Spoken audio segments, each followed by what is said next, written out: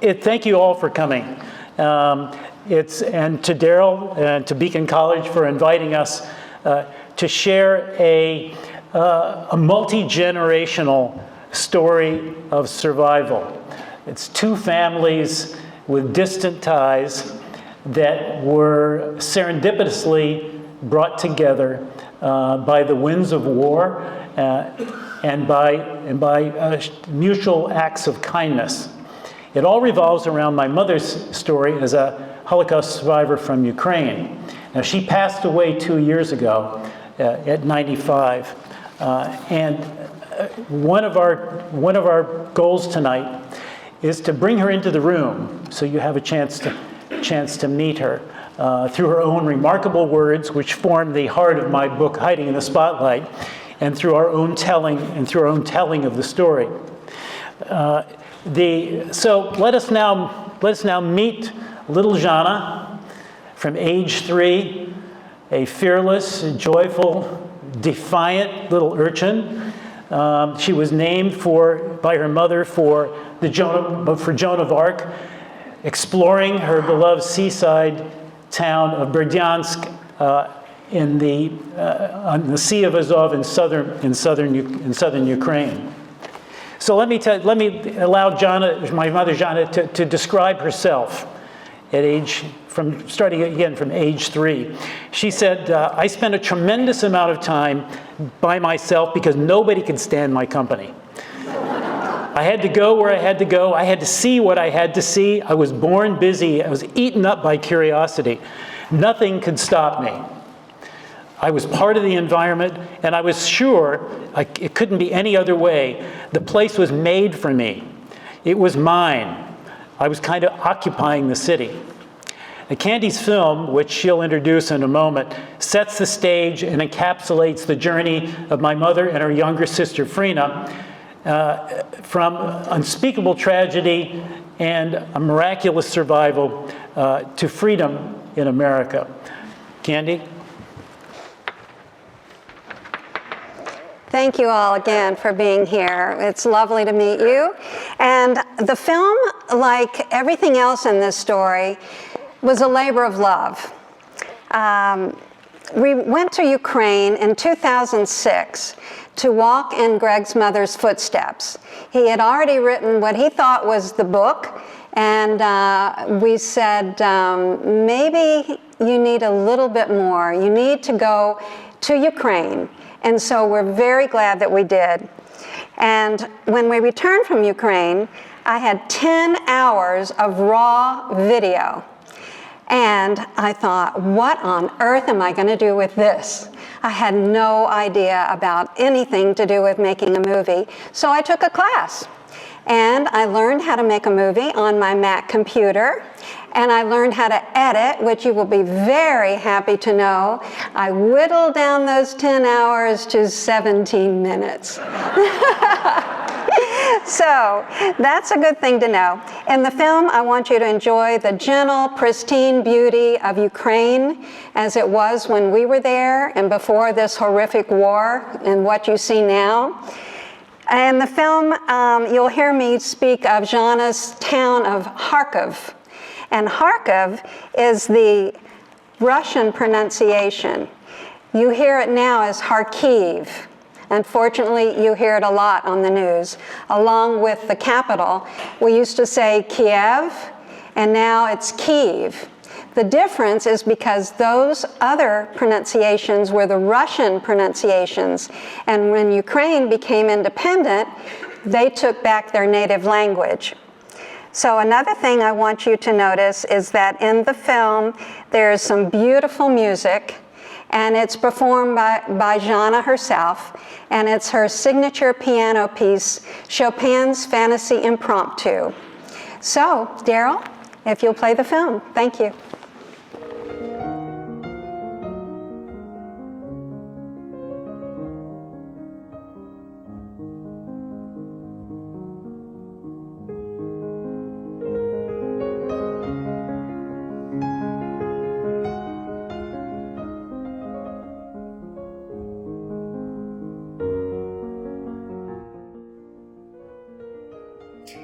We're opening the doors on a story that's been hidden for over 60 years. This little Jewish girl, Zhana Arshanskaya, has finally told her story. It's a story that began in Ukraine, in the little fishing village of Berdyansk on the Sea of Azov.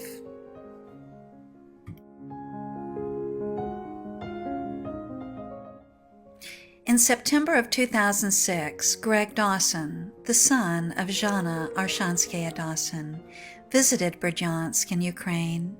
He knew that it was important for him to take a step back in history and to walk in his mother's footsteps. She had written a note to her countrymen explaining that we didn't speak the language and asking if they could help us in any way.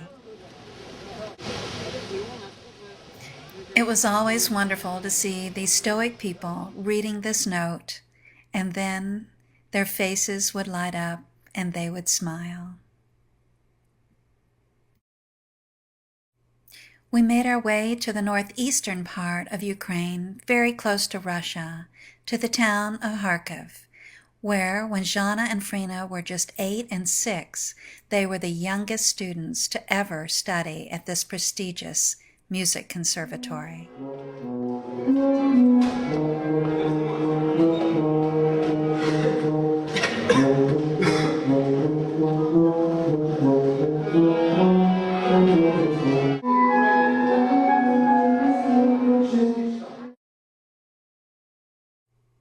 We decided to look for Zhana's home. We knew that the family had lived in Kharkiv for several years while the 2 young girls studied at the conservatory. Greg knew the address but had no idea if the home still existed. He turned a corner and there it was, 48 Katsarskaya Street. It was in this home that someone had informed upon them, told that they were Jews, and the Nazis came calling in 1941.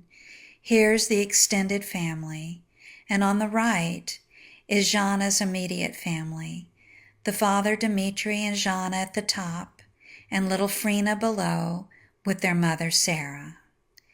This is a family that Greg would never know. Only Zhana and Frina survived. Kharkiv today is once again a beautiful place. Golden Dome cathedrals, parks, gardens. Zhana's family didn't believe the rumors about the Germans. They didn't flee. And then all of a sudden, they were upon them. The Nazis invaded Kharkiv in the late fall of 1941. There are statues all around the city commemorating the war. The Great Patriotic War, as they call it. These are statues to the young men who joined the Red Army to fight the Nazis. On the other side, you see one of the soldiers with his girl saying goodbye. Today, we see many of the war widows, the babushkas, trying to make a living selling seeds on the sidewalks. The winter of 1941. The horrors. Zhana remembers her very favorite statue, this one to the poet Shevchenko and the characters in his poems. Zhana saw corpses, Jewish corpses, hanging from this statue. Then the terrifying day when the Nazis pushed in their door and dragged their family out of their home, told them that they were taking them to a labor camp, to get in line with the thousands of other Jews marching out of the city. But Zhana remembered something. She turned around and raced back to her home. She grabbed her favorite piece of sheet music, Chopin's Fantasy Impromptu, tucked it under her shirt, and took it with her, the only thing she had from her past. It was bitterly cold, late December. There were Ukrainian collaborators along with the Nazi guards with whips and guns. The Jews of Kharkiv were marched out into the woods and housed in an abandoned tractor factory. They were all terrorized. No one was given food and very little water for 2 weeks. Many just died right there. As horrific as this was, the Nazis had something worse in mind. But Dmitri Arshansky had a plan. At the end of the 2 weeks, they were on the march again. Dmitri pulled aside a young Ukrainian guard about the age of his daughter, Zhana, 14. He said, "I'm not a Jew. Look, here in my pocket. Take it. Just take it. Just turn your head." Amazingly, the guard took the bribe. He turned his head, and Zhana jumped out of line into the woods and made her escape. Her father had taken off his heavy winter coat and put it over Zhana's shoulders and said his last words to her, "I don't care what you do, just live." She never saw her parents again. Greg and I visited those woods where Zhana had escaped. We saw a memorial there to all the victims, the 16,000 Jews of Kharkiv who marched on to WWII.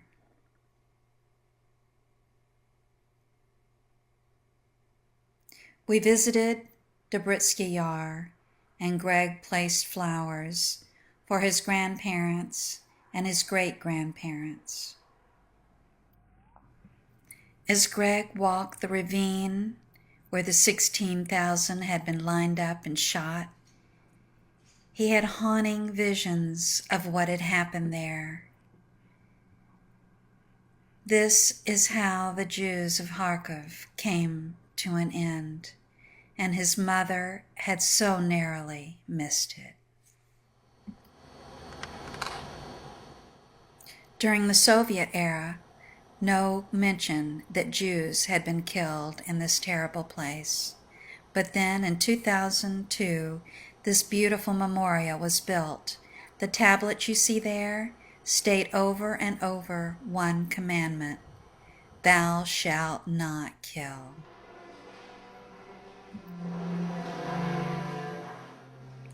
They have etched the names of the victims on the walls of this underground memorial.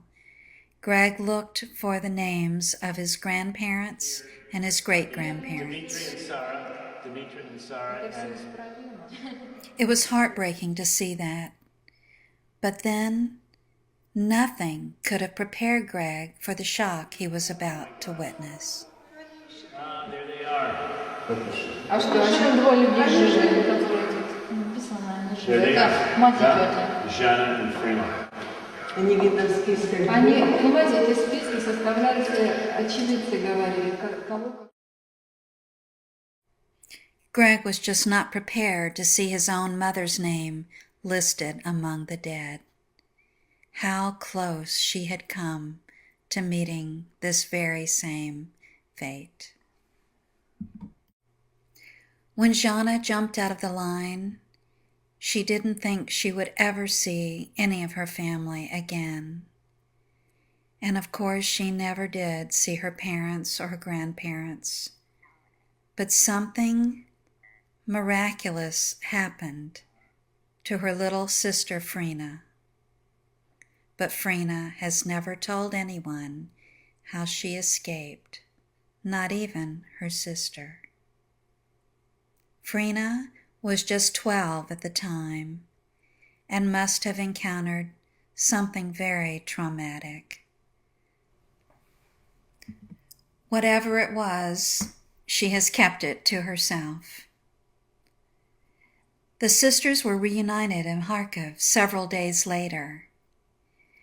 They were in different homes, but then they were reunited at the home of the Baganchas at this gate where Greg came knocking all those years later. After her escape, Zhana came back to her neighborhood and knocked on this same door. They saved us from Germans, she wrote, the Baganchas. This family has recently been awarded the distinction of being righteous Gentiles at Yad Vashem in Israel. This is Antonina, the widow of Nikolai Bagancha. She gave us a feast on the very same dishes that would have been used when Jana and Frina were there. Nazis were roaming the city, looking for any Jews they might have missed. The Baganchas had to send the girls on their way. It was much too dangerous for any of them, but they helped devise new, non-Jewish identities. Now they're Anna and Marina Morozova. They told them to make their way to an orphanage and to hide out until the war was over. They hid their Jewish identity, but Jana could not hide her talent. One day when she was playing, a piano tuner came to the orphanage. When he heard her play, he insisted that she come into the city and play for a troupe of performers who were there. They didn't want to go, but Jana's father's words were ringing in her ears. I don't care what you do, just live. Jana would have to remember this for the rest of the war. Here's the troupe of performers, and that's Jana in the middle, with her head turned, looking away, trying to hide. But this would be the beginning of hiding in the spotlight, because these performers were under the direction of the Third Reich. Jana and Frina performed for the Nazi officers and the German troops throughout the war. They were entertaining the enemy, but outwitting them at the same time. They were terrified of being found out to be Jews. They knew they would be killed if they were. Finally, 1945, and the Americans came. The war was over. They liberated the camps, and Jana and Frina had found themselves in Munich, Germany, in a displaced persons camp. The head of the camp was Larry Dawson, and Larry happened upon the girls performing in a small hall on an old piano. He recognized their talent and helped them put together an amazing concert. The concert was for the survivors of Dachau. Jana finally told Larry the truth, that she and Frina were Jews like the other survivors. Larry had big plans. This telegram is to his brother David, saying that Jana and Frina will arrive in New York. They would be aboard the Marine Flasher, the first ship of Holocaust survivors after the war. They didn't know what Larry had in mind for them, but as he told his wife Grace, he had moved heaven and earth to get them to America. Larry's wife Grace welcomed the girls into their farmhouse outside Charlottesville, Virginia. Soon Larry returned from the war and helped the girls practice for a very big audition. Larry's brother David had gone to Juilliard, and the two of them helped the girls get scholarships there. She loved music, and it had saved her life, a love her father had imparted to her. And then Jana found a new love. Jana marries David Dawson, Larry's brother, who was also a wonderful musician. The two of them raised children, Greg and Bill, in Bloomington, Indiana, where David was a member of the Berkshire Quartet at Indiana University. The couple had wonderful careers, both in performing and in teaching. The students that they touched never knew Jana's story, but they knew that in her there was a passion for the music. Frina had a great career herself as a performer and a teacher. It took many years before Jana could fully tell the story, but her son Greg has put it into a book called Hiding in the Spotlight. Remember that sheet music that Jana ran back to get? Fantasy Impromptu? It survived the war, intact, like Jana. When we look at it and we look at her, we think of the family that she lost, that we lost. But we know that her father and mother would be so proud of the lives that Frina and Jana have lived. She had still one more story to tell Greg. It was about the birthday she had had to hide. This is the first time ever since the war started that I could say that my birthday is on April 1st instead of the 25th of December, and I was 80 years old then. And this is the first time we've ever celebrated her real birthday, April 1st. Wonderful. This is a new birthday celebration, but you're going to have to choose between April 1st and December 25th. You're not going to get double birthdays and double Are birthdays. you sure that I can swing it? I'm sure. Maybe for 1 year. You get 1 year of double birthdays, and then next year you have to choose. Maybe I'll become a swindler and swing it. This year you get double. Next year it's one or the other. That'd be a long explanation.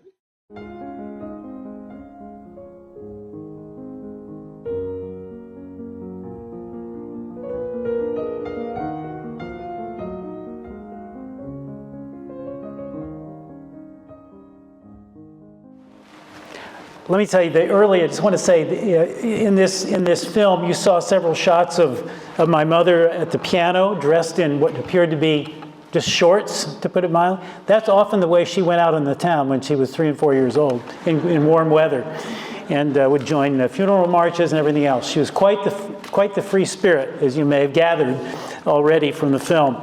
But in the photo here, by 1935, the date of this portrait here, the family had moved from the seashore to Kharkiv, where the sisters studied at the music conservatory with the sister of Vladimir Horowitz, who was already famous in America at that time.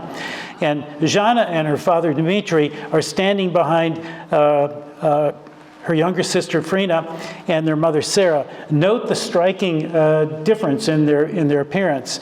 Jana was round-faced like Dmitry, and both were dark-complected from spending so much time outdoors, and from genes that they inherited from Mongols who once inhabited that region. Well, Frina was fair like her mother, like Sarah, and preferred to stay indoors and play with dolls.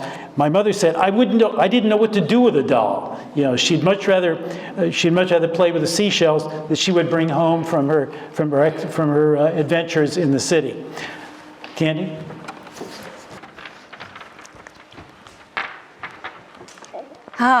This photo still takes my breath away. You saw it in the film, and the way we got this was remarkable, to say the least. When we went to Ukraine, we went to a small Holocaust museum, and the proprietor of that museum had written a piece about our upcoming visit, and she had said in the Jewish Digest, she told that Jana and Frina Arshanskaya had used the assumed names of Anna and Marina Morozova during the war. Well, when we walked into that museum, we were greeted by 2 elderly women and were handed this photograph by one of them. She had taken this photograph, and she was in that same troop for the Nazis. And until she read that piece in the Jewish Digest, she had never suspected that these 2 girls were Jews hiding among them. So these women had been members of that troop, and Jana told us a little story about that troop. She said that there were some ballerinas who were very jealous of these two young girls who were performing for them. They were playing the music for them. And they were, well, first of all, I guess I need to back up. The woman that took the picture said that she remembered that Jana and Frina, Anna and Marina, were not there for the photograph. And the commandant told her, go upstairs and get them and bring them down here immediately. They're part of this troop. I want them in it. So the woman told us that she remembered going up to the room, and she finally persuaded Anna to come and sit for the photo, but Marina would not budge. Jana told us later that she was afraid her absence would raise suspicions, so she came downstairs and joined the group. She told us that turning her head just as the camera clicked was her desperate attempt to not be recognized by anyone who saw that photograph. She said, and as I said in the film, that was the beginning of hiding in the spotlight. Here's some of Jana's words about an incident with the troupe. The ballerinas were jealous of two little girls who were so appreciated. They decided to go to the German bosses with the rumor that we were Jews. She went on to say there was another woman in the troupe who put her life on the line for them when she heard about this. Jana said, she knew us from back in Kharkov. She knew we were Jews. But she lied and said that she could vouch for them being Christians. Jana went on to say, sometimes it's okay to lie. It's not just okay, it's heroic. But I was never at peace after that. The rumor was still out there. We could get caught at any moment. Of course, they never were, since I'm standing here tonight. But my mother told me that she really suspected that some of the German generals probably guessed that maybe they were Jewish, but they didn't want to hear that because the girls were much more valuable to them alive than dead. They needed them to entertain the German soldiers who were occupying these cities, and they were bored. And so so they survived pretty much for that reason. The Germans looked the other way, many of them probably. And so after the war, the sisters ended up, as you saw in the film, at a displaced persons camp near Munich. Now, you see here the program that you saw in the film for the concert they played for the 1,200 survivors of Dachau. This is an it's a huge and very, very difficult program of 13 pieces by five different composers, and it was put together by Larry Dawson, the head of the camp, and this is his music lover. He's a fanatical music lover who could not play a note himself except the Moonlight Sonata on a player piano. And there were over 400 displaced persons camps in the American zone in Germany after the war. And had the fate sent the girls to any one of the other displaced persons camps, there would have been no concert, there would have been no passage to America for the girls. My mother remembers that performance very vividly for the survivors of Dachau. She said, it was clear to me that it was probably the most inaccurate performance of my life. But realizing the concert was a celebration helped me to keep me going as I was playing, tied to the listeners' hearts. I was there with them, alive with my sister, their ears connected with mine, able to hear Beethoven speak. The horror created by Hitler was defeated. I could have cared less if the performance wasn't up to my standard, because it had done what we wanted: to lift humanity to goodness again, to fill the survivors of torture with signs of life and peace without fear. Beethoven, Mendelssohn, Brahms, Liszt, and Schubert were all there for us. They all came to celebrate our freedom. That's the way these composers wanted Germany and the world to be. Our mother, our father, our grandfather and grandmother were there too. They came alive to listen and celebrate with us. So here we see them in 1947, shortly after they're married. They're actually married in New Jersey, of all places. But yes, David Dawson, she married David Dawson, Larry's brother. And as you saw in the film, his wife Grace had welcomed the girls into their farmhouse in Crozet, Virginia, after the war, when they came to America, and while Larry was still in Europe finishing up his duties. Now, as you saw, Larry really, really loved classical music. Unfortunately, he had no performance ability to go along with that. David, his son, his brother, on the other hand, he was a prodigy, like my mother, and was given a scholarship, a violin scholarship to Juilliard when he was 14. After Juilliard, he joined the Gordon String Quartet. And one day, Grace gave the girls a day off from their barnyard duties, which they really didn't like, and took them to Washington, D.C. for a concert by the Gordon String Quartet. Well, Jana had actually never heard a string quartet play and was perplexed when the music began. She said, "It sounded so magnificent, so rich. I thought there was a French horn playing. I was looking for a horn, but my eyes were so bad. Then it hit me. It was David. I didn't know that a viola could make such an unearthly sound." Well, my mother fell in love with the sound before she fell in love with the man. She met David at a party after the concert. At first, she hid in the kitchen, too shy to meet the man she had heard so much about from Larry. And she wrote about that. She said, we would not step into the little dining room where Fritz and David were waiting for us. You could not move us. Said, Mrs. McElhaney finally pushed us through the swinging doors, and I stood like a telephone pole with wide open eyes, without any smile. Both of us just stood there like wild children. The men were on the verge of bursting into laughter.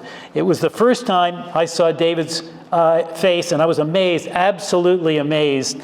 I had never seen eyes so blue in my life. Candy?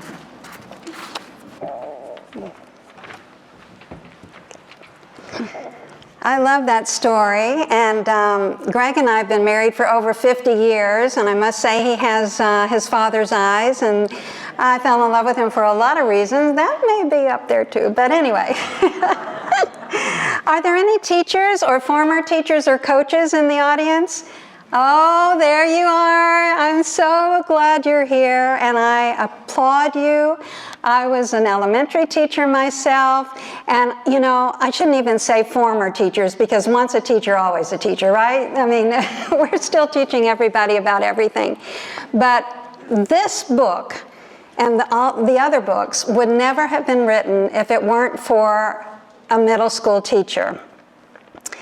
In 1994, our daughter Amy was age 13, and she got an assignment from her middle school history teacher that would change all of our lives. Here's her letter resting on top of one of the 4 pages that she got in reply from her grandmother. I'll read you a little bit from each letter. Dear Grandma Z, I'm writing this letter for a school history assignment to find out as much as possible about our grandparents and what was going on when they were about 13 years old. Some specific things I would like to know are what was life like overall in about 1940. We didn't know much about her story at this time either. What was your home life like? And also, were there any major world events going on about that time? So Jana's letter came and astounded us. I'll quote just a small portion for you. One morning started the beginning of the end of our happy life.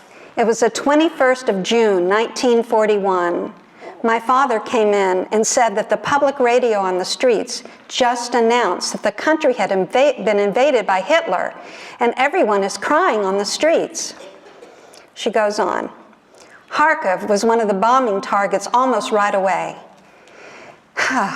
They succeeded in making ruins of about 3/4 of this cultured musical city. They hung anyone they chose on the streets where people had to walk. They tore into our apartment, threw my mother against the wall, and took my father's violin. It was the beating heart of our family. We had next to nothing except that and our upright piano. I was so horrified. Someone had informed upon us.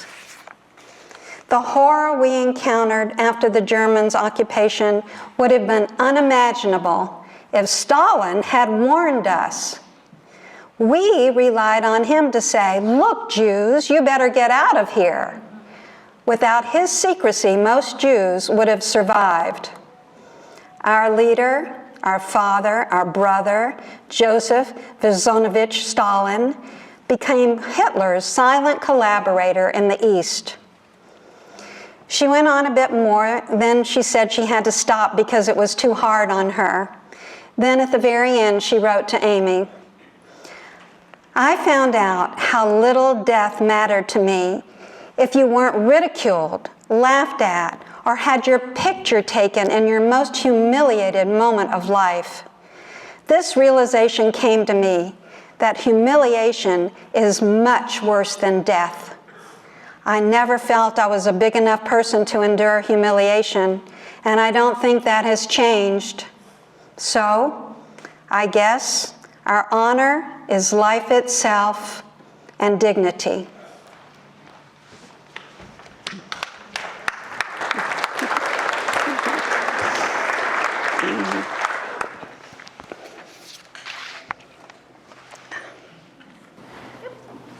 Yeah. In the year 2000, my mother, her memories and emotions liberated by the exchange of letters with Amy, finally agreed to sit down with me for a series of interviews to do a book. The result was Hiding in the Spotlight, published in 2009.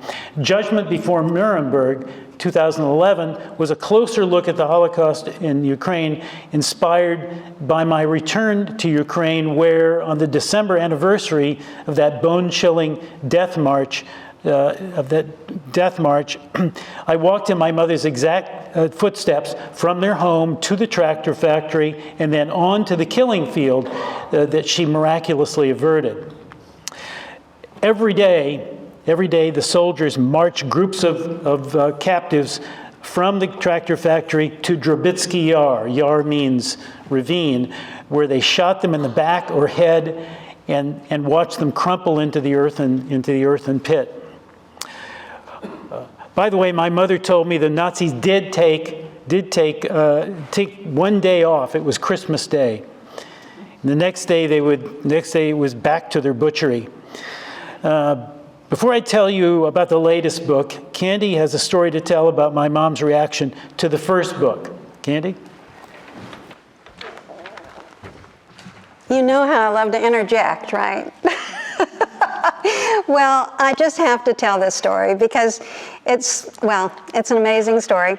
The day our publisher, Pegasus Books, sent the mock-up cover for Hiding in the Spotlight, you see the book there in the middle, we were really pleased with it. We saw the young girl's face above a broken keyboard. It seemed to sum up the story. And then we looked and we saw it. I don't know if you can see it, but at the bottom, below the subtitle, is a small swastika. It's small, but it's there. That most reviled and just horrendous symbol of Hitler's regime. Our next thought was, what would Jana think? So I sent her the image of the proposed cover by email, And I told her that we wanted her opinion, that it could be changed if there was anything about it that she didn't like.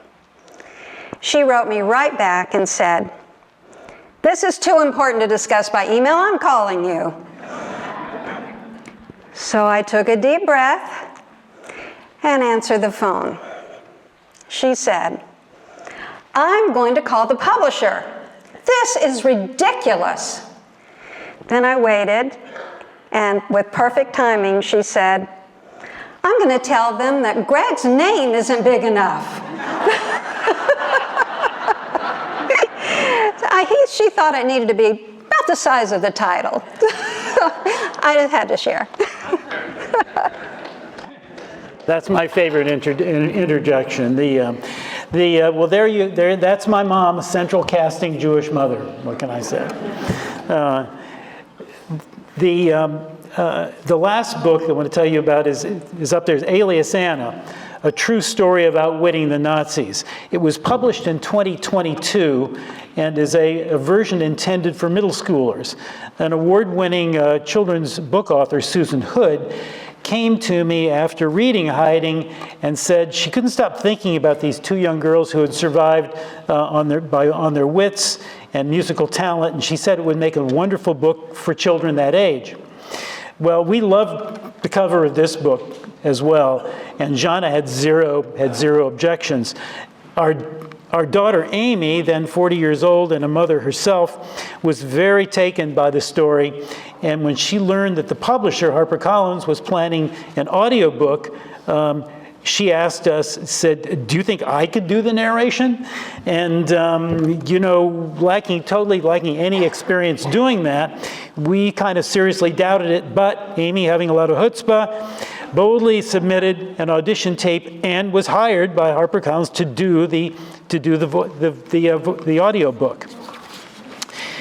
Amy's actually gotten a lot of accolades for her work and completed the Screen Actors Guild certification for book narration.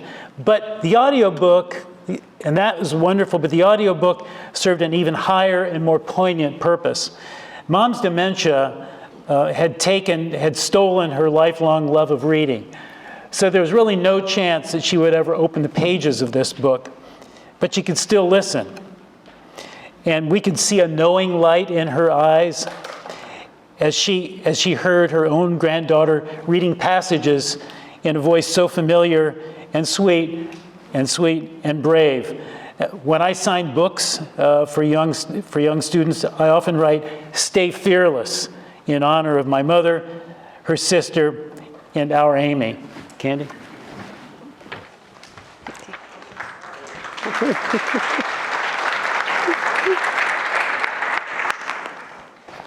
This is a photo that appeared along with an extensive story in the Atlanta Journal and Constitution soon after Hiding in the Spotlight came out. The photographer told us later that he was about to take Jana's photo, and she rushed over to a side table to get a framed picture of her sister and said, "No, this is her story too." As you heard in the film, Jana never spoke to anyone except her husband about her experiences during the war. As you saw, she would never even tell her sister, so that is still an open question to us. When CNN read the article in the Atlanta paper, they sent a reporter to interview Jana, and she came to her home and did a beautiful interview that appeared on the CNN website. When the story appeared, we went right to it, and we were excited to see a lot of wonderful comments, but then started coming several comments calling her a liar, that the Holocaust was a hoax. There were so many of these comments of Holocaust deniers that we just couldn't bear to ever let Jana know and never let her see that website. We've been very fortunate to share this personal story, including the history of the mostly unknown mass murders that were up close with rifles that came before the gas chambers in the death camps. Those came about because it was easier on the Nazi soldiers. At the tractor factory, Jana saw babies, toddlers, elderly, and infirm people too weak to walk put into the back of covered trucks and driven away. She thought maybe the Nazis were taking mercy on them, but we learned through history that they had fitted these trucks with hoses from the exhaust to use them as mobile gas chambers. Even after Jana was not able to accompany us because of advancing dementia, Greg and I have continued to share her story. We have met so many wonderful people, including some that have remarkable connections to Kharkiv and to Jana and Frina personally. This photo is a treasure. It was taken not long before the Arshansky family was marched out of Kharkiv. Jana is on the right, and that's her good friend Svetlana on the left. The inscription from Jana on the back reads, "Sveta, I give you this photo. I do not know if I'll see you again sometime. Farewell, and remember your two friends, Jana and Frina."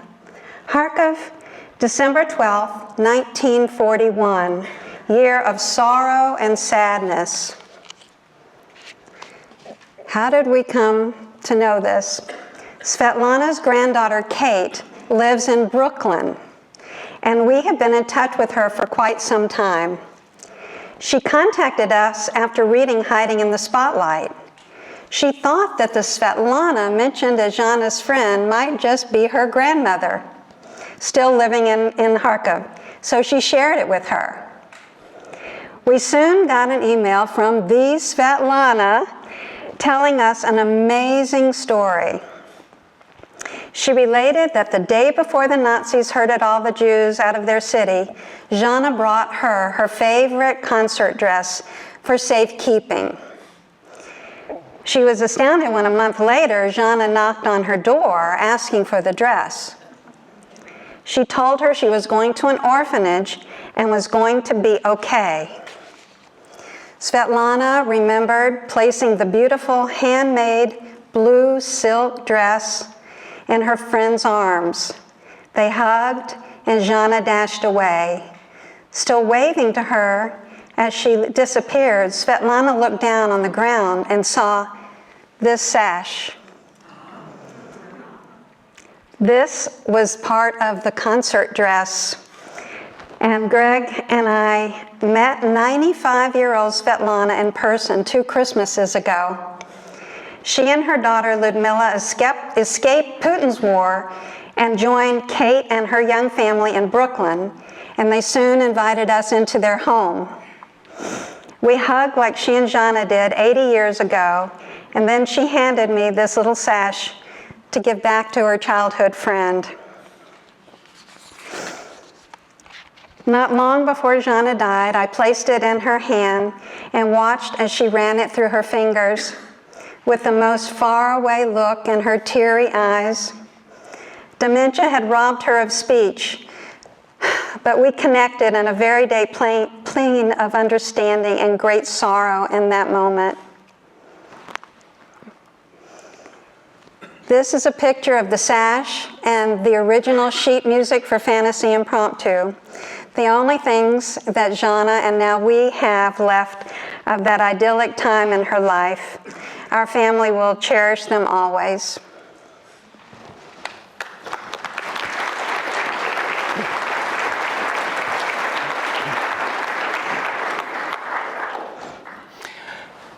Do you remember the photo of the Bogancha family who sheltered the sisters?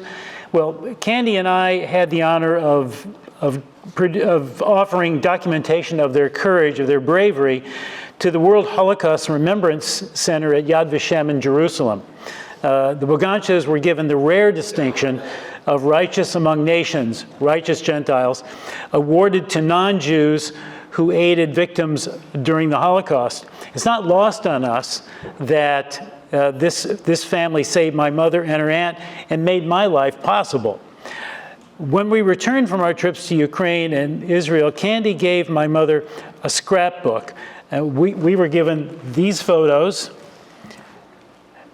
by Nikolai Boganch's widow. They show him at different ages. I want you to see how my mother, to hear my mother looking at these photos. Her crush on Nikolai was a lifetime ago, but she sounds like a schoolgirl all over again. It was definitely my first love. I was shy, almost to death, to the point he too. We never talked. We were in the same class. But when the time came for me to live or die, he made it a point to help me with the family. They were just as nice as he was. They all were. The only good thing about my mother's dementia is that she was not aware of what was happening in Ukraine. Another war, a hideous, heinous war again. To see the Russians killing Ukrainians and destroying her beloved city would have broken her heart. Well, soon after Putin invaded Ukraine, Candy and I joined UMACT, Ukrainian Mothers and Children Transport, a California organization that provides free legal aid to Ukrainians seeking to flee Ukraine and come to America. We've helped several families escape Ukraine by working with law professors and law students and by raising money to facilitate these life-saving moves. Well, almost a year ago, or almost a year into Putin's war, my mother's story spun off an entirely unexpected sequel. Through amazing twists of fate, we found out that there was another Bogancha family in Kharkiv, related through Nikolai's brother. When the Russians bombed their neighborhood, that family left everything behind and drove as far as they could. Their daughter, Milana, was 14 at the time, the age of my mother, when the Bogancha ancestors sheltered my mother from the storm. And her brother, Alex, had just begun his university education. Feeling the tug of reciprocity and the gnawing fear of lives cut short, we wanted to get the whole family to safety in America. We started with Alex. Here you will see well, life rarely comes full circle in a satisfactory way, but it did for our families. And here is the front page of the Los Angeles Times from April 5th, 2023. And the headline reads, "His family saved a girl from Nazis. That changed this Ukrainian refugee's destiny." Pictured here are Zhana in 1942 and Alex Bogancha now. Alex is the great-great-grandson of the family that protected my mother and her sister in 1942. We flew Alex from Vienna to Los Angeles, where he was greeted by the law professor Michael Basler and his law students who worked tirelessly on this case, and our dear Ukrainian friend Marina, who continues to help tremendously with absolutely everything. Alex started college, and then later we helped bring his parents and sister to America.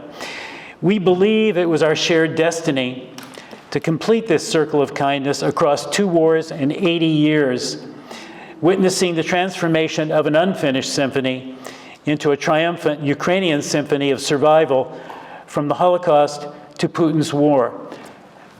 Thank you, Mom, again, for finally sharing your story so we could share it with this audience today. And thanks to all of you for coming to share it as well. If my mother were here, she would say in her simple Russian, "Spasibo." Thank you.